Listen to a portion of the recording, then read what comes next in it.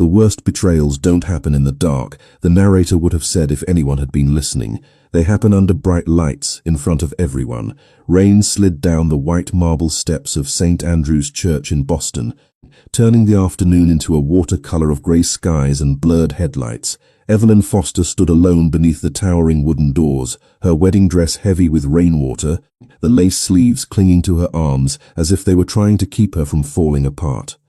Just 40 minutes earlier, those same steps had been crowded with smiling relatives, photographers, flower arrangements, and guests whispering about how beautiful the bride looked. Now the flowers drooped under the storm, the guests were gone, the photographer had packed up his equipment. Even the minister had quietly retreated inside after offering a sympathetic smile that somehow felt worse than silence. Evelyn kept staring at the empty parking lot across the street, waiting for a black SUV that wasn't coming, waiting for a text message that wasn't arriving, waiting for a man who was supposed to be standing beside her at the altar. Ethan Walker had vanished. At first, everyone assumed there had been an emergency, a flat tire, a traffic accident, a family problem. But 30 minutes became 40, 40 became 60, calls went answered, messages stayed unread. Eventually the truth became impossible to avoid. He wasn't late, he wasn't lost, he simply wasn't coming. The realization settled over her like the cold rain soaking through layers of satin and lace. Across the street, a pair of teenage girls slowed their pace to stare. One whispered something to the other. Evelyn didn't hear the words, but she recognized the expression. Pity. She hated pity. Her maid of honor had offered to drive her home. Her mother had begged her to come inside. Her brother wanted to confront Ethan the moment he found him. Evelyn refused all of it. For reasons she couldn't explain, she remained on those church steps, as though moving would somehow make everything real. Thunder rumbled somewhere over the harbor. The city traffic hissed across wet pavement. A gust of wind tugged at her veil. Then something unusual happened. A black Rolls-Royce pulled slowly to the curb. The vehicle looked impossibly expensive against the rain-soaked street, its polished surface reflecting church lights and storm clouds alike. It stopped directly across from the entrance. The engine remained running. Evelyn glanced at it once and immediately looked away. Wealthy people passed through Boston every day. She had no reason to care, but the car didn't leave. Seconds stretched, then a rear door opened. A tall man stepped out holding a black umbrella. He wore a charcoal overcoat tailored so perfectly it looked untouched by the weather. Rain struck the umbrella in steady rhythm while he stood motionless beside the car. He didn't approach immediately, he simply watched. Evelyn felt the weight of that gaze even from across the street. Not invasive, focused, deliberate. She turned away again. The last thing she needed was another stranger witnessing the worst day of her life. Unfortunately for her, the stranger already knew more than he should have. Less than a mile away, events had been unfolding that Evelyn could not see. Names had been exchanged. Questions had been asked. A few pieces of information had begun connecting in ways nobody yet understood. But on those church steps, all she knew was that a man she had trusted for 18 months had disappeared. The Rolls-Royce door closed softly behind the stranger. He crossed the street without rushing. His shoes splashed through shallow puddles. Guests lingering beneath distant awnings instinctively stepped aside as he passed. There was something about him that made people move. Not fear exactly, authority. Evelyn noticed it immediately. By the time he reached the bottom of the church steps, she finally looked directly at him. He appeared to be in his mid-30s, dark hair, sharp features, calm eyes that revealed almost nothing. The umbrella tilted slightly as he stopped several feet away. Neither of them spoke at first. Rain filled the silence. Evelyn tightened her grip on her bouquet. "You should go home," he said at last. His voice was low and controlled, carrying easily through the storm. "That's a strange thing to say to someone you've never met." Maybe. His eyes remained on hers. "But staying here won't bring him back." The words landed harder than she expected. Anger flickered behind her exhaustion. And how would you know that? For the first time, something shifted in his expression. Not surprise, not guilt, recognition, as though he had anticipated that exact question. The rain intensified around them. Traffic lights reflected across the wet street like scattered pieces of broken glass. The stranger glanced briefly toward the empty road where Ethan should have appeared nearly an hour ago. Then he looked back at Evelyn and said 6 words that made the cold feel suddenly much worse. "Because your groom isn't where you think he is." The rain seemed louder after those 6 words. Evelyn stared at the stranger, certain she had heard him wrong. Water dripped from the edge of her veil and splashed onto the marble beneath her feet. Around them, the city continued moving. Cars rolled through intersections, traffic lights changed colors, somewhere in the distance a siren echoed across the wet streets, yet the world around her felt strangely suspended. "What does that mean?" she asked. The man did not answer immediately. Instead, he glanced toward the church doors where a few remaining relatives were watching through the glass. Their worried faces appeared distorted by the rain. "It means standing here is not helping you. You still have not answered my question." His eyes returned to hers. Calm, focused, almost frustratingly controlled. "My name is Rafael Castellano." The name meant nothing to her, at least not at first. "Congratulations," Evelyn replied coldly. "I am still waiting for an explanation."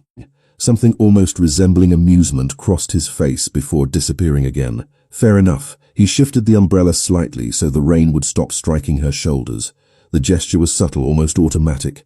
"Your fiancé did not disappear." The words hit harder than she expected. For the last hour she had imagined every possible explanation: a medical emergency, a family crisis, a panic attack, anything except intentional abandonment. "You do not know that." "I do." "How?" "Because someone saw him." Evelyn felt her stomach tighten. Where that is the problem. The answer only deepened her frustration. "You keep speaking in riddles, and you keep standing in a storm wearing 6 pounds of soaked fabric." For a second she almost laughed.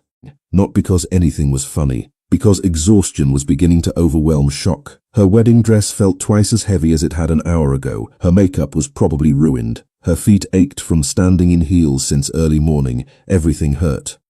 "What exactly do you want from me?" she asked quietly. Raphael studied her for a moment. Nothing. She immediately did not believe him. Men rarely appeared out of nowhere offering information without wanting something in return. "Then why are you here?" A black sedan drove past. Spraying waited until it disappeared. "Because Ethan Walker is connected to a situation I have been looking into for several months." Evelyn blinked. "Connected to what?" "I do not know yet." It was the first uncertain thing he had said. She noticed it immediately. "Then how do you know he is involved?" "Patterns." The answer sounded absurd. "Patterns?" "People leave clues when they think nobody is paying attention." Evelyn folded her arms against the cold. "You are asking me to trust a stranger who appeared outside my wedding?" "No." His gaze never wavered. "I am asking you not to trust a man who failed to appear at yours." The words landed with uncomfortable accuracy. Before she could respond, her phone vibrated inside her small satin purse. Both of them looked down. Her heartbeat jumped instantly. Ethan. It had to be Ethan. With trembling fingers she pulled out the phone. The screen illuminated beneath the grey afternoon sky. A text message. Unknown number. Her pulse accelerated. She opened it immediately. There was no greeting, no apology, no explanation, only a single photograph. Evelyn froze. The image showed Ethan. The timestamp in the corner indicated it had been taken less than 20 minutes earlier. He was standing beside a dark vehicle somewhere she did not recognize. Dry, calm, not injured, not stranded, not rushing toward the church, just standing there, looking directly at the camera. The bouquet slipped slightly in her hand. "No," she whispered. Raphael watched her expression change. "What is it?" She turned the screen toward him. His jaw tightened almost imperceptibly. "Where was this taken?" she asked. "I do not know. You said someone saw him." "They did. Was it the person who sent this?" For the first time since arriving, Raphael hesitated. The pause lasted less than a second, but Evelyn noticed it. "Possibly." Rain hammered against the umbrella above them. The church bells rang once in the distance. She looked back at the photograph. Ethan was wearing the same suit he should have been wearing at the altar, the same tie, the same watch she had given him for his birthday. There was no panic in his face, no urgency, nothing, just calm, deliberate calm. Then she noticed something else. Reflected in the dark window behind Ethan was the faint outline of another person standing nearby. The image was blurred by rainwater and distance, but someone had been with him, someone watching, someone close enough to remain hidden from the camera. Unfortunately for Evelyn, the stranger reflected in that glass was far more important than she realized, and as thunder rolled over Boston Harbor, Raphael stared at the photograph and understood something that made the situation far more dangerous than a groom simply running away from his wedding. The photograph remained frozen on Evelyn's screen as though the image itself refused to let her look away. Rainwater slid down the glass, distorting Ethan's face for a moment before it sharpened again beneath the glow of the display. He looked perfectly fine. That was the part she could not stop staring at. Not frightened, not injured, not trapped. Fine. The realization settled into her chest with a weight heavier than the soaked wedding dress clinging to her shoulders. Around them, the afternoon continued darkening beneath thick storm clouds. The church bells had fallen silent. Most of the guests had already left. Only a few cars remained scattered across the parking lot. Raphael studied the photograph with the focus of someone examining evidence rather than a memory. "Who sent it?" he asked. Evelyn checked the number again. "Unknown. Did Ethan ever use a second phone?" "Not that I know of." The answer sounded weak even to her own ears. "Not that I know of." Suddenly there seemed to be many things she did not know. 18 months together, a proposal, wedding plans, venue deposits, family dinners, future dreams. Yet somehow she was standing in the rain looking at a photograph of her fiancé taken during the exact hour he was supposed to be marrying her. "You think he sent it himself?" she asked. Raphael did not answer immediately. "No, then who did?" "Someone who wanted you to see it." The response only deepened the knot in her stomach. Before she could ask another question, movement across the street caught her attention. A dark sedan rolled slowly into the nearly empty church parking lot. It stopped beside a row of vehicles decorated with nothing seemed unusual. Then Raphael's expression changed. It was subtle, a slight narrowing of his eyes, a shift in posture, but Evelyn noticed. "What is it?" she asked. "Stay here." "That is not an answer. Stay here anyway." He closed the umbrella and handed it to her before stepping away. Rain immediately soaked his coat as he crossed toward the parking lot. Evelyn watched him disappear between rows of vehicles. Her first instinct was to leave. This entire day had become stranger by the minute, yet curiosity anchored her in place. She followed several steps behind, careful not to draw attention. The parking lot felt abandoned now. Wind pushed rain across the asphalt in silver sheets.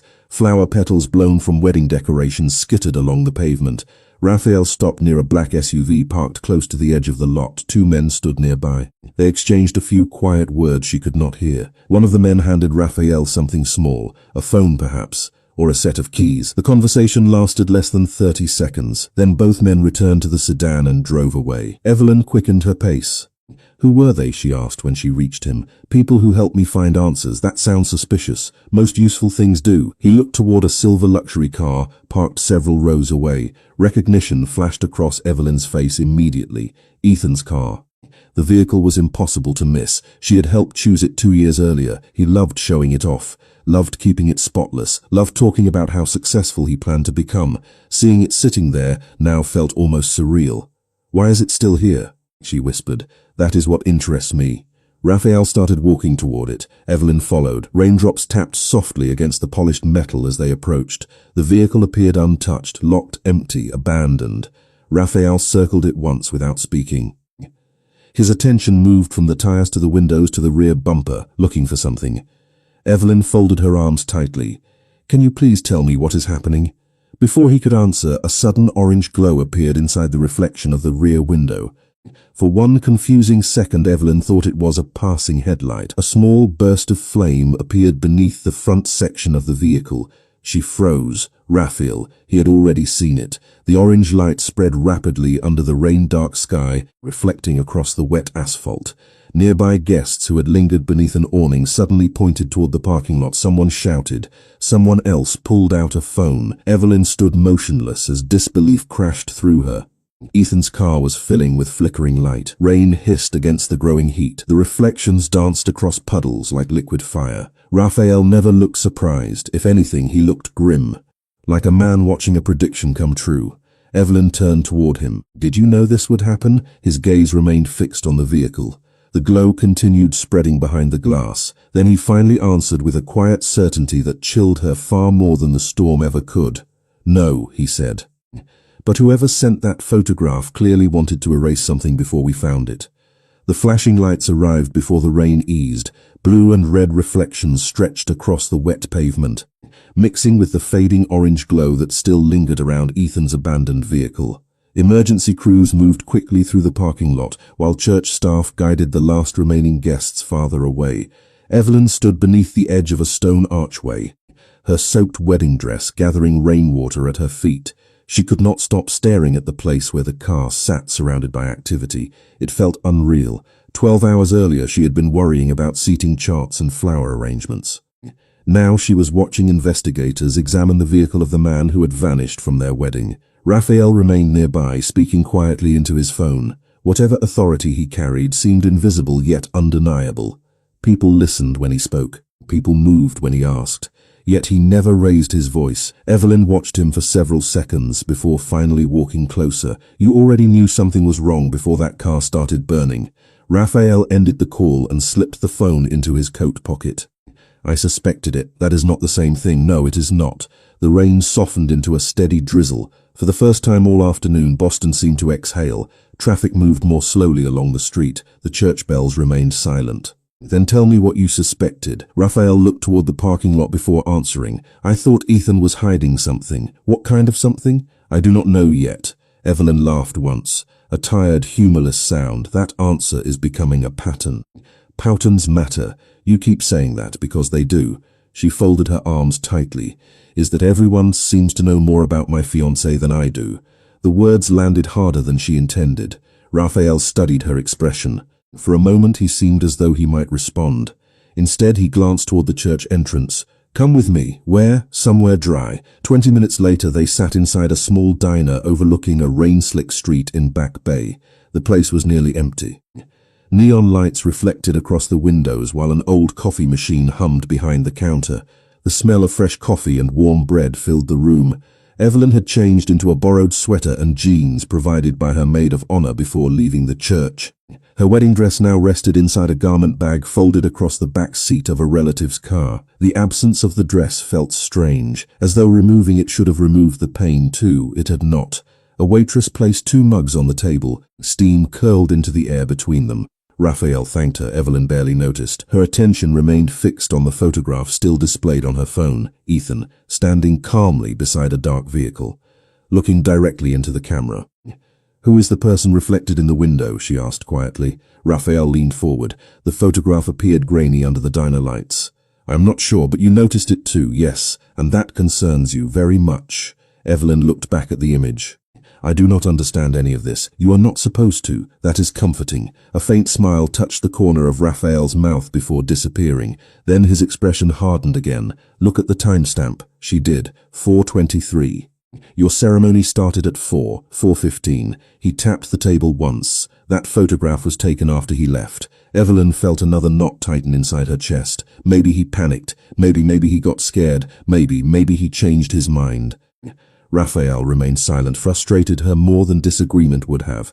You do not believe any of that? No. The answer came immediately. Why? He reached into his coat pocket and removed a folded piece of paper. Carefully, he slid it across the table. Evelyn unfolded it. At first she did not recognize what she was seeing, then her eyes widened. It was a security image, grainy, black and white, captured from somewhere outside the church. The timestamp matched the missing hour. Ethan appeared near the edge of the frame, not running, not confused, not lost. He was walking with purpose toward another vehicle parked 2 blocks away, and standing beside that vehicle was someone waiting for him. Unfortunately for Evelyn, the image was just clear enough to reveal one disturbing detail. Whoever had been waiting for Ethan already knew exactly where he was going. The diner suddenly felt smaller. The hum of the coffee machine faded beneath the sound of Evelyn's heartbeat as she stared at the security image lying on the table between them. Rain traced thin silver lines down the window beside her. Outside, headlights moved through the wet streets of Boston like distant ghosts. Inside, the grainy photograph seemed to pull all the air from the room. Ethan was there, clear enough to recognize, clear enough to remove any remaining hope that there had been a misunderstanding. And beside the vehicle, waiting 2 blocks from the church, stood another figure. The face was impossible to identify, but the posture told its own story. Whoever it was had not stumbled into Ethan's path by accident. They had been waiting. That was planned, Evelyn said quietly. Raphael did not answer immediately. He watched her instead, allowing her to reach the conclusion herself. Yes, he said finally. It was. She looked down at the image again. How long have you had this? Less than an hour. How did you get it? A security camera from a building across the street, and you just happened to know where to look. The question lingered between them. Raphael took a slow sip of coffee. I told you before, I have been looking into something for months. Something that involves Ethan, possibly. The answer irritated her again. Every response seemed to arrive wrapped inside another question. You keep saying possibly, because assumptions get people hurt, and secrets do not. For the first time, Raphael looked away. Through the diner window, the rain had begun to weaken. Small rivers of water crawled down the glass. Neon reflections shimmered across the sidewalk. "Fair point," he admitted. Evelyn leaned back in the booth. Exhaustion settled heavily across her shoulders. The emotional shock of the day had begun transforming into something colder, something sharper. Not grief, not yet. Questions. Too many questions. "What exactly do you know about Ethan?" she asked. Raphael folded his hands together. "Not enough. Try me." He studied her for several seconds. 3 months ago, a financial consultant disappeared from a project my people were investigating. Your people? Business associates. The answer sounded deliberately incomplete. Evelyn noticed but let it pass. Nobody knows, but before he vanished, he mentioned a name. "Ethan?" Raphael shook his head. "No, a company." He reached into his coat and removed a small notebook. Flipping through several pages, he stopped and slid it across the table. A single name was written near the bottom, Hawthorne Holdings. Evelyn frowned. "I have never heard of that. Neither had I." "What does it do?" "That is the problem. There are no records. Hundreds of them, different addresses, different registrations, different filings." He tapped the page. None of them lead anywhere. Evelyn stared at the name. It meant nothing to her, yet the way Raphael looked at it suggested otherwise. "And Ethan is connected to this company? Maybe." She sighed. There is that word again. Before Raphael could respond, her phone vibrated against the tabletop. Both of them looked down immediately. Evelyn's pulse accelerated. Unknown number. Again, her fingers hesitated above the screen. Then she opened the message. No words appeared, only an attachment. A PDF document. 1 page. A bank statement. At first it looked ordinary, then her eyes widened. The account holder's name sat at the top of the page, Ethan Walker. Beneath it appeared a series of recent transactions, large transfers, amounts far beyond anything Ethan had ever mentioned. $20,000, $40,000, $60,000. The figures blurred together beneath the diner lights. "That cannot be right," Evelyn whispered. "Why not?" Raphael asked. "Because he never had that kind of money." Her voice sounded distant even to herself. She kept scrolling. The transfers continued. Different dates, different sources. Then she saw the most recent entry. The transaction had occurred less than 48 hours earlier. Her breath caught. The amount was nearly $200,000, and the sender listed beside it was a name she recognized immediately. The account belonged to a family trust established by her late grandfather. For several seconds she could not speak. She simply stared at the screen while cold realization spread through her chest. Raphael noticed the change in her expression instantly. "Evelyn." She slowly turned the phone toward him. His eyes moved across the document. The calm expression he had maintained all afternoon disappeared. Not completely, just enough for her to notice. Then he looked back at her and asked a question that suddenly made the entire day feel far more complicated than a missing groom. "Why would Ethan have access to money that was supposed to belong only to you?" For several seconds neither of them spoke. The diner seemed quieter than before. Even the rain outside had softened into a faint whisper against the windows. Evelyn stared at the bank statement on her phone while Raphael watched her carefully from across the table. The question lingered between them. Why would Ethan have access to money that was supposed to belong only to her? The answer should have been simple. "He could not," she said at last. "That account is protected." Raphael remained silent. "My grandfather created the trust before he died. There are restrictions, there are legal reviews, there are signatures required for everything." She shook her head. "Ethan was never supposed to have access, and yet someone transferred the money." The words felt colder than the rain outside. Evelyn looked back at the document. The transaction remained there, real, recorded, impossible to ignore. Her pulse quickened. "Maybe it is fake. That is possible. Someone could be trying to manipulate us. That is also possible." She narrowed her eyes. "You do not think it is fake?" Raphael slowly shook his head. "No." The waitress returned to refill their coffee. Neither touched the cups. The smell of roasted beans drifted through the air before fading again. Once they were alone, Raphael reached into his coat and removed his phone. He tapped the screen several times before turning it toward her. "I asked someone to verify the account number." Evelyn looked down. The same trust account appeared on the screen, the same transfer amount, the same date. Her stomach dropped. "It is real," she whispered. "Yes." For a moment she could not breathe properly. Every memory from the last year seemed to rearrange itself inside her head. Ethan offering to help with paperwork, Ethan volunteering to organize financial documents, Ethan insisting he wanted to make wedding planning easier for her.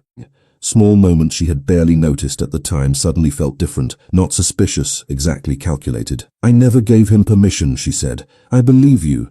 Then how did this happen?" Raphael looked toward the rain-streaked window. "That is what we need to find out. We." The word caught her attention. Strange how naturally he had said it, as though they were already working together, as though the worst day of her life had somehow connected their paths. She should not have trusted him. Every rational part of her knew that, yet Raphael had shown her more truth in 3 hours than Ethan had shown her in 18 months. Unfortunately for Evelyn, the answers were only beginning. Nearly 60 miles south of Boston, another woman was staring at a photograph she had hoped never to see again. She sat alone inside a small coastal house overlooking the Atlantic. The ocean crashed against dark rocks beneath a sky still heavy with storm clouds. The photograph resting on her kitchen table showed a smiling man standing beside her at what appeared to be an engagement party. The man was Ethan. The name written on the back of the picture was not. Back in the diner, Raphael's phone vibrated. He glanced at the screen. Something changed in his expression. Not fear. "What is it?" Evelyn asked. He hesitated. "A lead. About Ethan? Maybe," she sighed. "You really love that word." A faint smile appeared before disappearing again. Raphael stood and placed several bills on the table. "Come with me." "Where?" "There is someone I think you need to meet." Evelyn remained seated. "Who?" "A woman." The answer immediately sent dozens of possibilities through her mind. Former coworker, relative, friend. None of them felt right. "Why?" she asked. Raphael looked directly at her. "Because she once believed the same things about Ethan that you did." The air seemed to leave the room. Evelyn stared at him. "What does that mean?" Raphael's gaze never wavered. "It means you are probably not the first person he convinced to trust him." Outside, the rain finally stopped. A thin strip of fading sunlight appeared beneath the clouds for the first time all day. But as Evelyn followed Raphael toward the diner door, she could not shake the feeling that the darkness surrounding Ethan Walker had only just begun to reveal itself. The drive south felt longer than it actually was. The storm had finally moved offshore, leaving behind a sky painted in fading shades of blue and silver. Streetlights flickered on one by one as Raphael's Rolls-Royce followed the coastal highway. Evelyn sat quietly in the passenger seat, watching dark waves crash against distant rocks beyond the guardrail. She had stopped checking her phone an hour earlier. There were dozens of missed calls, messages from family, friends, concerned relatives. None of them contained the answers she needed. For the first time all day, she was no longer wondering why Ethan had disappeared. She was beginning to wonder who he really was. The small coastal town appeared just after sunset. Narrow streets wound between weathered houses overlooking the Atlantic. Fishing boats rocked gently in the harbor. The entire place seemed untouched by the chaos that had consumed her life only hours earlier. Raphael parked beside a grey house near the shoreline. A single porch light glowed against the evening darkness. "She lives here?" Evelyn asked. Raphael nodded. "Her name is Claire, and she knows Ethan?" A shadow crossed his expression. She knew someone who looked exactly like him. Evelyn felt a chill that had nothing to do with the ocean wind. They walked up the wooden steps together. Before Raphael could knock, the front door opened. A woman in her early 30s stood waiting. She looked tired in a way that seemed older than her years. Not physically, emotionally, as if disappointment had settled into her life and never fully left. Her eyes moved from Raphael to Evelyn. Understanding appeared instantly. "Another one?" she asked softly. Raphael gave a single nod. The woman closed her eyes for a moment, not surprised, not shocked, sad. "Come inside." The living room overlooked the ocean. Waves rolled through darkness beyond the windows. Family photographs lined the shelves. A half-finished cup of tea sat forgotten on a side table. Claire motioned for them to sit. Evelyn lowered herself onto the couch while Raphael remained standing near the fireplace. Nobody spoke for several seconds. Then Claire walked to a cabinet and removed a small photo album. Without a word, she placed it in Evelyn's hands. The first page showed Claire smiling beside a man at what appeared to be an engagement celebration. Evelyn froze. The man was Ethan, except the name written beneath the photograph was not Ethan Walker. It was Daniel Hayes. Her heartbeat accelerated. She turned another page, more photographs, vacations, dinners, family gatherings, months of memories, the same face, the same smile, the same man. "No?" Evelyn whispered. Claire sat across from her. "That was my reaction too." The room felt impossibly quiet. Even the ocean seemed distant now. "How long?" Evelyn asked. "Almost a year." Claire's voice remained calm, but the sadness underneath it was impossible to miss. We were engaged. Evelyn stared at the photograph. Her fingers trembled slightly. What happened? Claire looked toward the dark window. He disappeared 3 weeks before the wedding. The words landed like ice. Just vanished. Yes, without explanation, without a trace. Evelyn struggled to breathe normally. Every piece of the puzzle was beginning to align into something she desperately wished was not true. Claire reached into a drawer and removed a folder. It contained documents, bank records, printed emails, photographs, evidence collected over months. At first I thought I had done something wrong, Claire said quietly. I blamed myself. Then I discovered he never existed.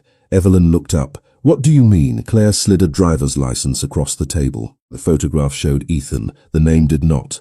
Another identification card followed, different name, same face, then another, and another. 4 identities, 4 names, 1 man. The room seemed to tilt beneath Evelyn's feet. Raphael finally spoke. This is what I have been investigating. Claire nodded. He changes names, changes cities, changes stories. Why? Evelyn asked. Neither of them answered immediately. Claire opened the folder one final time and revealed a stack of photographs. Different women, different engagement parties, different smiles, different cities. Because none of us were ever the destination, she said softly. We were the target. Evelyn stared at the faces. There were more than she could count, and for the first time since Ethan disappeared, the truth became impossible to ignore. This was never one broken engagement, never one failed relationship, never one man afraid of commitment. It was something far larger. Something planned, something deliberate, and as another wave crashed against the rocks outside, Raphael looked at the photographs spread across the table and finally said the words that transformed suspicion into certainty. Ethan Walker is not running from a wedding, he said. He is part of a professional marriage fraud operation. The ocean outside Claire's house seemed louder after the truth was spoken aloud. Waves crashed against the rocky shoreline beneath the darkness, sending white spray into the night air. Inside, nobody moved for several seconds.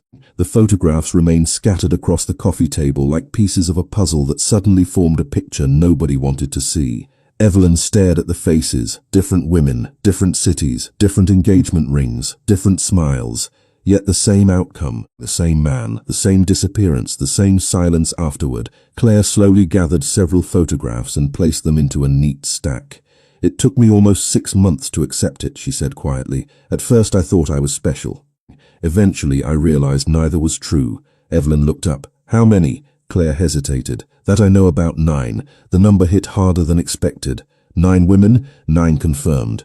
Raphael folded his arms near the fireplace. There may be more. The room fell silent again. Evelyn stared at the photographs. Some of the women appeared older, some younger. Different careers, different backgrounds, different lives. There was no obvious pattern. What connects them? She asked. Claire exchanged a glance with Raphael. Money, not necessarily wealth. Claire continued. Assets, trusts, property, inheritance accounts, family businesses, retirement funds, anything difficult to access directly. Evelyn's stomach tightened. Her grandfather's trust suddenly felt much more important than she had ever realized. Raphael walked toward the table and opened the folder further. Additional documents appeared beneath the photographs. Bank transfers, corporate registrations, property records. The amount of information was overwhelming. This operation is organized, he said. Very organized. Evelyn looked at him. You keep calling it an operation, because it is. He slid a sheet of paper across the table. A chart covered the page. Names, companies connected to accounts, accounts connected to shell corporations. The structure resembled a web. Marriage fraud is only the surface, Raphael explained. The relationships create access. The access creates financial opportunities. Claire nodded slowly. By the time I discovered what happened, several accounts connected to my family's business had already been compromised.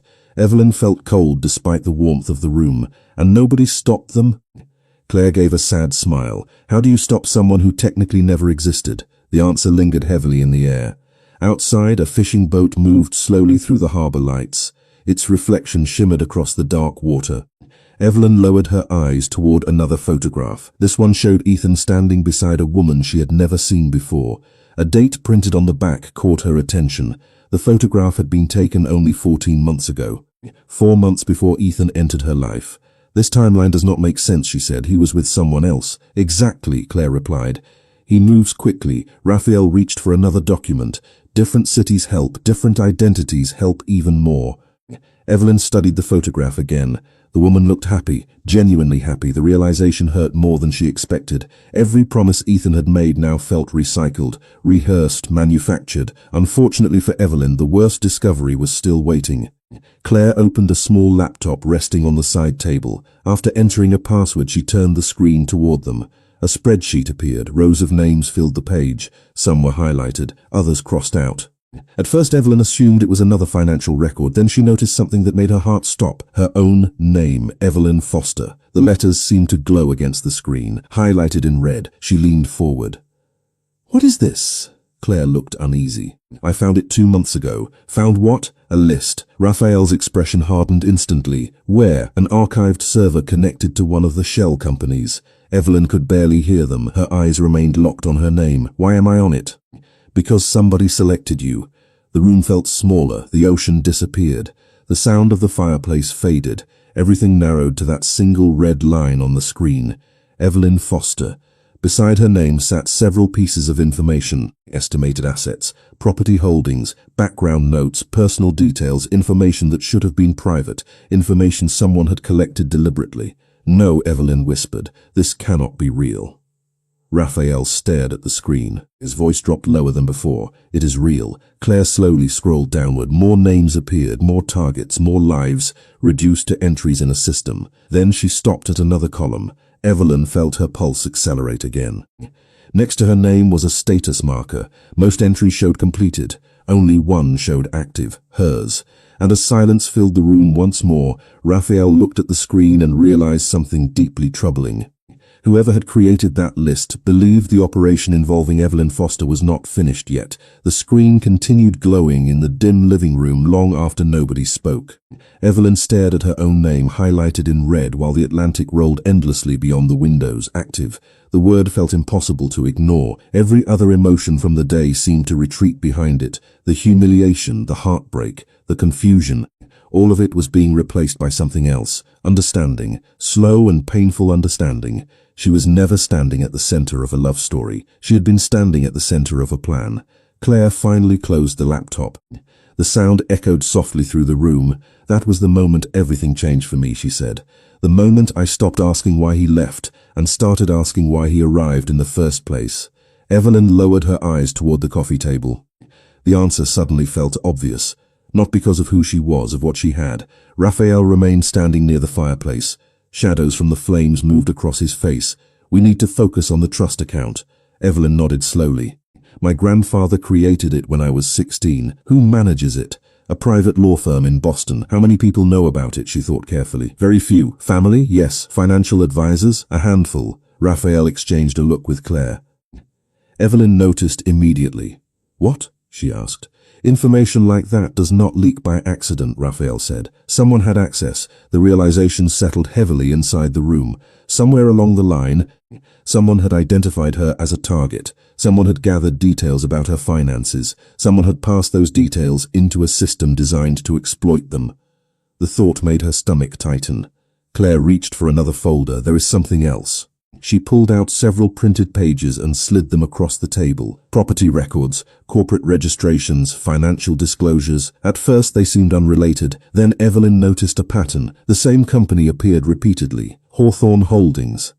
The name Raphael had shown her earlier in the diner. "It keeps appearing," Claire said. "Everywhere." Raphael sat down for the first time that evening. "Because it is the center." "The center of what?"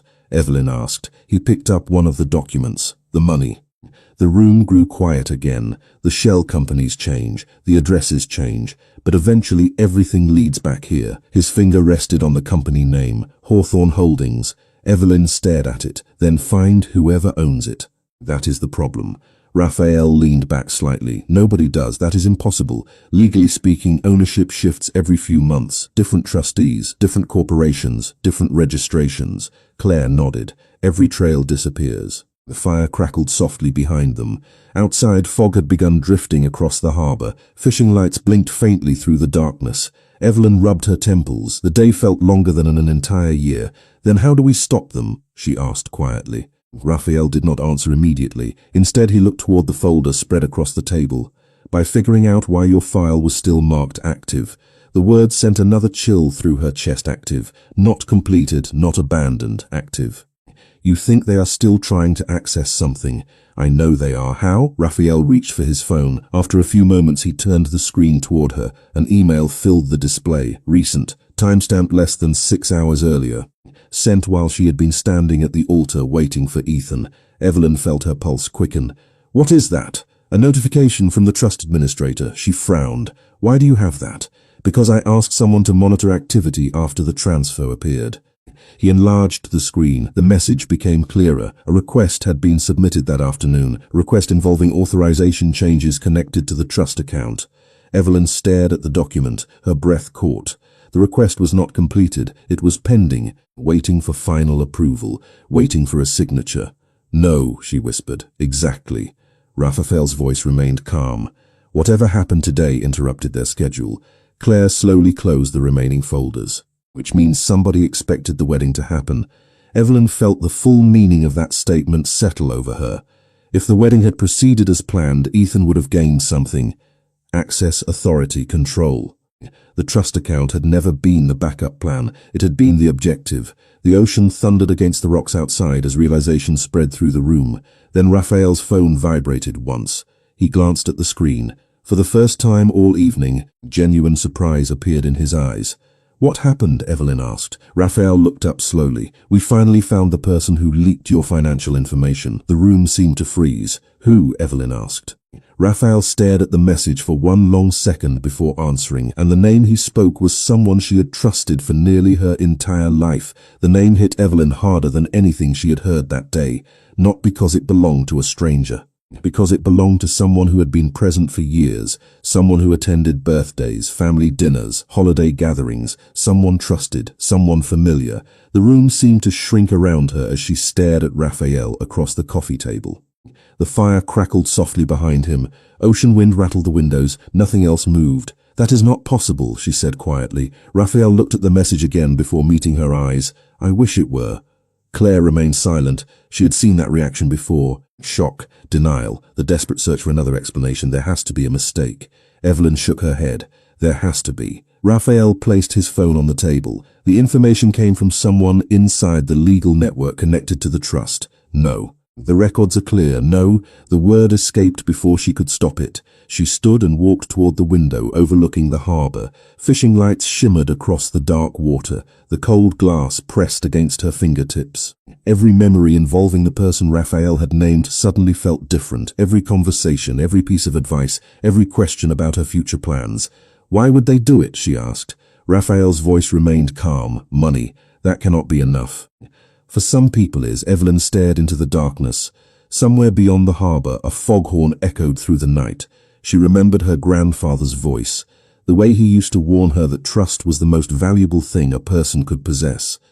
She had always thought he meant romantic trust, friendship, family. She finally understood he meant something much larger. Unfortunately for Evelyn, betrayal was only one piece of the puzzle. Less than 10 miles away, inside a private office overlooking the coast, another man was staring at a series of reports' desk. He was older than Ethan, older than most of the names connected to the operation, calm, patient, experienced. A notification appeared on his computer screen. One of the active files had changed status unexpectedly. Evelyn Foster. The man's expression darkened slightly. Plans were beginning to shift. Back at Claire's house, Raphael gathered the folders scattered across the table. There is something else you need to understand. Evelyn turned from the window. What? Ethan was never running this operation. She froze. What do you mean? He is important. Raphael paused. But he is not the one making decisions. The realization landed heavily. Evelyn slowly returned to her seat. There is someone above him. Yes. Claire nodded. There always is. Raphael opened another folder and removed a photograph. The image showed the entrance of an exclusive private club in downtown Boston. Expensive cars lined the curb. Men in tailored suits stood beneath elegant lights. Nothing appeared unusual, yet Raphael's attention remained fixed on the photograph. 3 separate shell companies connected to Hawthorne Holdings were registered through businesses linked to this location. Evelyn looked closer. What is it? A private investment club. Who owns it? Raphael gave a humorless smile. That is the question. He slid another document across the table, then another and another, different companies, different names, different addresses, yet all of them eventually circled back toward the same network, the same invisible center. Someone built this carefully, Claire said. Over years, Evelyn studied the records. For the first time, she stopped seeing Ethan as the architect of the deception. He was a participant, a visible piece of a much larger machine. The thought frightened her more than she wanted to admit. "Can we prove it?" she asked. Raphael considered the question. Maybe. That word again, because proof takes a time. His phone vibrated once more. He glanced down. The expression on his face changed instantly. Not surprise this time. Recognition. "What happened?" Evelyn asked. "One of my investigators just gained access to financial records connected to the club. And there is a name." The room fell silent. Even the ocean seemed to disappear. Raphael stared at the screen for a long moment before speaking. "For months we have been chasing companies." His voice dropped lower. "Tonight we finally found the person behind them." Evelyn felt her pulse quicken. "Who is it?" Raphael looked up. The firelight reflected in his eyes. "The man behind Hawthorne Holdings." He paused. "And according to these records, he has been watching your file personally from the very beginning." For a long moment nobody spoke. The fire crackled softly inside the coastal house while the ocean rolled through the darkness beyond the windows. Evelyn sat frozen, trying to process everything she had learned in less than 24 hours. The wedding, the disappearance, the false identities, the trust account, the list of targets. Every answer seemed to reveal an even larger question waiting behind it. Raphael lowered his phone onto the table. His expression remained controlled, but there was a new sense of certainty in his eyes. Months of disconnected pieces were finally beginning to fit together. "Who is he?" Evelyn asked. Her voice sounded smaller than she intended. Raphael glanced toward Claire before answering. "His legal name is Arthur Grayson." The name meant nothing to her. "I have never heard of him. Most people have not."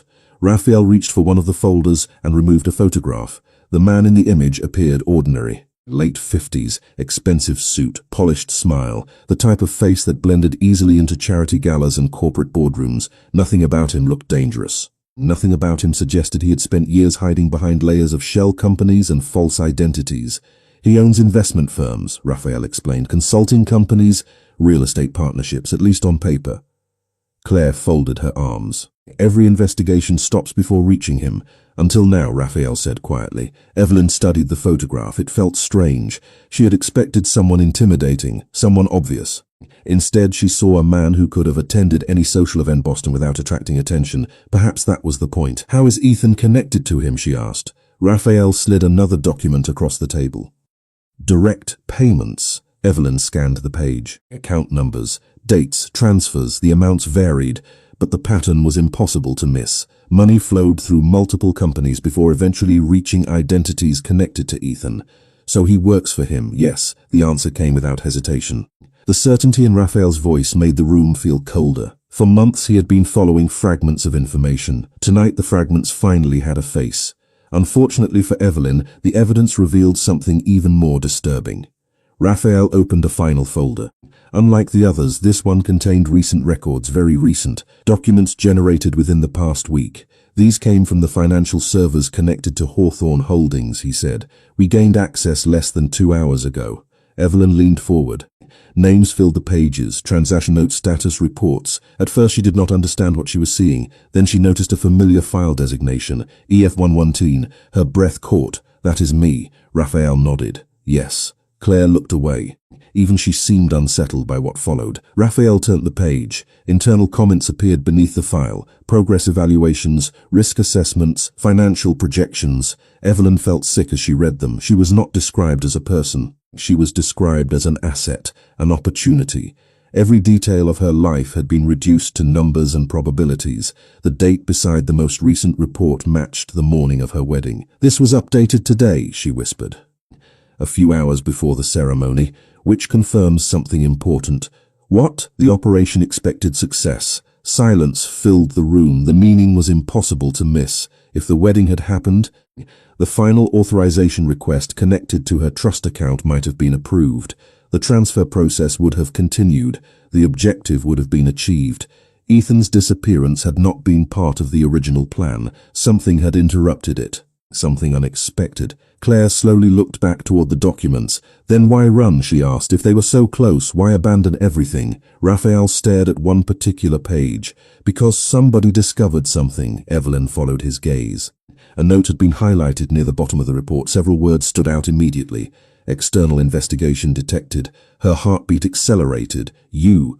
Raphael did not deny it, possibly. They knew you were looking into them. Eventually. He leaned back slightly. Which means the timing matters. Evelyn tried to connect the pieces. If Arthur Grayson learned an investigation was getting closer, then the operation involving her would suddenly become risky. Too visible. Too vulnerable. The wedding itself might have become a liability rather than an opportunity. The realization settled heavily over the room. Ethan had not disappeared because he changed his mind. He had disappeared because someone ordered him to. Then Raphael's phone vibrated again. The sound seemed unnaturally loud. He checked the screen. For the first time all night, genuine satisfaction appeared in his expression. "What is it?" Evelyn asked. Raphael looked up slowly. The financial records were only part of the evidence. He turned the phone toward her. A new file had arrived. Internal private messages, direct instructions, proof, real proof. The kind that could no longer be explained away. The kind that connected Arthur Grayson, Hawthorne Holdings, and Ethan into a single chain. And as the ocean thundered against the rocks outside, Raphael realized they finally had enough evidence to bring the entire operation down. The sunrise arrived quietly over the Atlantic. Pale gold light spilled across the water outside Claire's house, turning the restless waves into ribbons of silver. For the first time since the wedding day began, Evelyn felt something she had not experienced in nearly 24 hours. Clarity. The evidence was no longer a collection of suspicions. It was real. Names, internal messages, financial records, every piece connected. The operation that had hidden behind shell companies and false identities was finally visible. Raphael sat at the dining table reviewing documents while several secure calls moved through his phone one after another. His voice remained calm, precise, controlled. Across the room, Claire organized years of records into labeled folders. What had once been personal heartbreak was now evidence. What had once felt like private betrayal had become something much larger. Evelyn stood near the window watching the harbor wake up. Fishing boats left their docks. Seagulls drifted through the morning air. Life continued as though nothing extraordinary had happened. Yet everything had changed. Behind her, Raphael ended another call and set down his phone. "It is moving faster than expected," Evelyn turned. "What is the investigation?" He slid several documents across the table. Official requests, financial subpoenas, regulatory notices. The evidence opened doors. Claire looked up from her work. "Enough." Raphael nodded once. More than enough. The room grew quiet. For months, maybe years. The people behind Hawthorne Holdings had depended on confusion, complexity, layers of distance between themselves and the damage they caused. Now those layers were disappearing. Evelyn slowly approached the table. "What happens next?" Raphael leaned back slightly. "The accounts are being frozen. All of them. Every account connected to the network that we identified." Claire released a breath she seemed to have been holding for years. "Then they cannot move the money." "Not easily." A faint sense of relief spread through the room, small but real. For the first time, the people responsible were reacting instead of controlling. Unfortunately for them, time was no longer on their side. Several hundred miles away, offices connected to Hawthorne Holdings were opening for business. Employees arrived carrying coffee and laptops. Phones rang, elevators moved. Yet behind the ordinary routine, something unusual was happening. Access requests were being denied. Accounts were being restricted. Transactions were failing. Systems that had operated smoothly for years were suddenly encountering obstacles. Questions were beginning to spread. Back in the coastal house, another message arrived on Raphael's phone. He read it carefully before passing the screen to Evelyn. The update was brief. Arthur Grayson had retained legal counsel. Several associates connected to the operation were attempting to distance themselves from the company network. "They know," Claire said quietly. "Yes." Evelyn looked at the screen for a long moment. 24 hours earlier she would have been terrified. Now she felt something different, strength. Not because the situation was easy, because the truth was finally visible. The uncertainty had been worse than the reality. "What about Ethan?" she asked. The Raphael lowered his eyes toward the table. "He is cooperating," Evelyn blinked. "Cooperating?" The evidence left him very few options. She stared at him. The answer felt surreal. After everything, the man who vanished from the altar had become one more witness inside a larger investigation. Not a mystery, not a ghost, just another participant in a failing operation. The realization brought an unexpected feeling, not satisfaction, not revenge, closure.